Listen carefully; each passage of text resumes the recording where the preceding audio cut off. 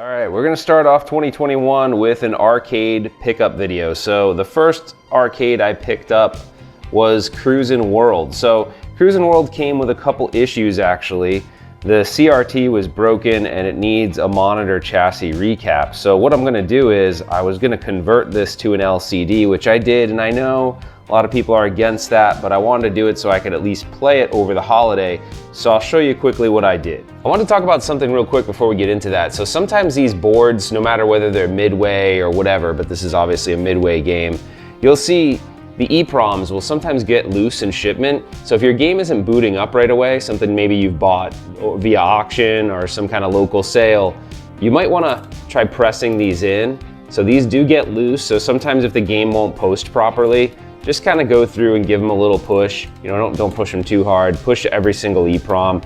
And what you'll notice is a lot of times that fixes the majority of issues because these will loosen up in shipment. So anyways, getting to the CRT to LCD conversion, you're gonna need some kind of board that can convert the arcade video to something like HDMI or VGA. Now, this converter board isn't a very good one.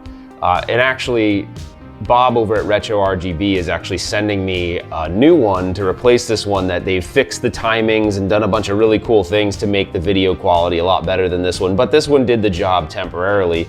So what you do is basically you splice into the video signal, and then right here, you splice into the video signal, you bring that video signal up to the board, and then at that point it will convert it. Now, how do you power this board so that when I power up the arcade with the single switch, everything powers on? What I did is I tapped into 5 volts. So I know where 5 volts is on the JAMA harness. I just took a multimeter just to make sure, but obviously this is labeled, so unless this was wrong, but I wanted to make sure. So I tapped in with a multimeter, and so this will power the board upon the arcade powering up. But then the monitor, if you see there's an LCD monitor back there, how do you power that up? So I actually spliced into the wiring for that as well. And then this is actually the wiring for the original monitor. So if you notice, the original monitor wiring is still here, but we're not actually using that anymore. So I spliced that into the wiring for the monitor so that everything's a single switch that turns the whole system on. Now we're gonna cover this later on in subsequent videos, but I just wanted you guys to take a look at this.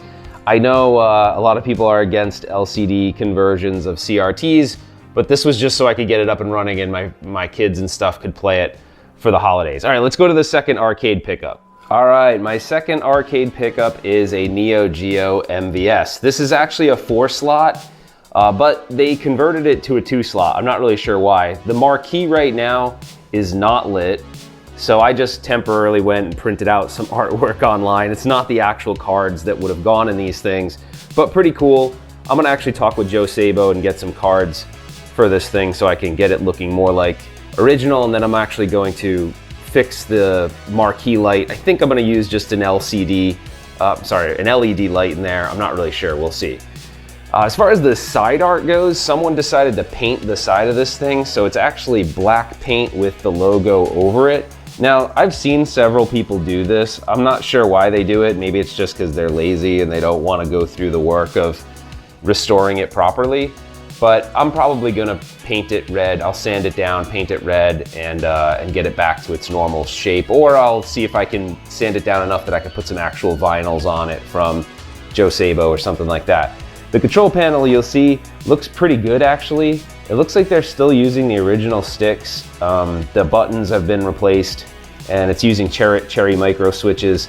It's not wired for a 4-player. It's actually it's wired as a multi-cart. So this select game isn't gonna do anything right now. So I may go ahead and restore that, but I'll show you what they did. So when you open up the control panel here, you'll see the game board down there. So this game board, it's actually a 2-slot game board, believe it or not. So you'll see there's actually only 2 slots down there, and that's the 161-in-1 multi-cart. So that's just got a bunch of games on it.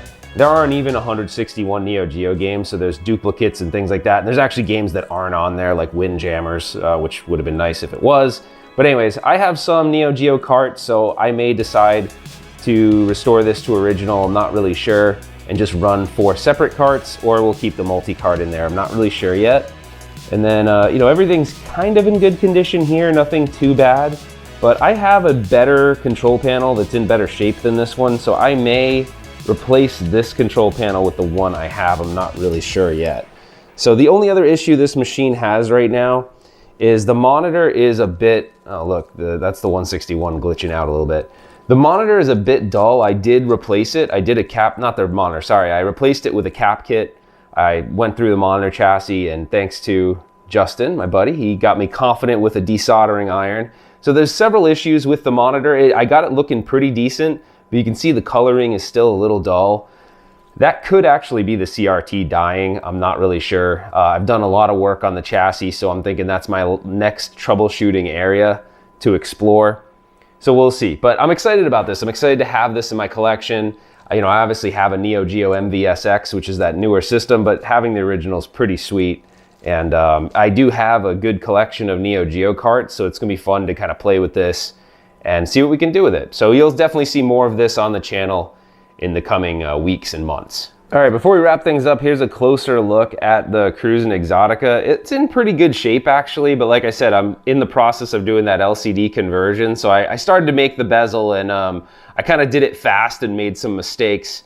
But yeah, it doesn't look so bad actually, believe it or not. And I used a 16:10 aspect ratio monitor. So a 16:10 is actually more vertical. So it's still wide, but it's higher vertically. So it's a little more like a square. And you'll notice I did it really quick, and I actually missed a whole section. I got to retape this and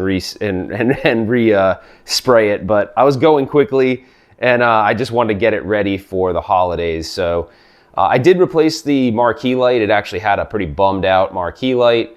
So I got that working. I just replaced it with a fluorescent. There's these newer style fluorescent bulbs, which it's a fluorescent bulb fixture, which looks almost identical to what was in there, except there's an LED strip instead of a fluorescent bulb. But yeah, it doesn't look too bad. It plays well. I think the 16:10 monitor was a much better idea. And unfortunately, if you look at it from the front, you don't really see that gap I have there. See, if I look down, you see there's a gap. But if I look up, you don't really see it. But yeah, the image doesn't look bad on that LCD converter board. But Bob over at Retro RGB gave me a much better one. So I'm hopefully gonna see that should clean up the image and make it look great. But yeah, everything works great on this. The force feedback wheel is really strong still, which sometimes those motors tend to go out on these things. And this one's actually really, really strong. I'll bring this panel down real quick so you can take a look at the mechanics behind it, because this thing has a pretty crazy motor to make this force feedback work. Okay, so in here you can see the gear system, and you can see that's the motor for the force feedback. This thing is, it's surprising how strong this thing is. I mean, if you look at it, it's 90 volts DC, 1.51 amps. I mean, the thing is like, my son, it like rips his hand. So it's pretty awesome. It's pretty powerful. But anyways, yeah, everything in this cabinet's pretty clean. There you can see kind of my rudimentary mounting system for the LCD panel, but I'm gonna go over that in a subsequent video. But that's kind of it. It's all I really wanted to show you guys. All right, guys, well, that's it for now. If you enjoy these pickup videos, let me know. I'm gonna do more of these in 2021. I also wanna do a lot more arcade restoration stuff, because I know that's something a lot of you guys are getting into, you know, buying cabinets at auction or buying cabinets locally, and you wanna be able to fix them up yourself. So I'm getting really into that from a hobby perspective, and I think it makes just everything fun and exciting. So if you like this video, give me a thumbs up, consider subscribing to the channel. And that's it for now, guys. We'll see you on the next one.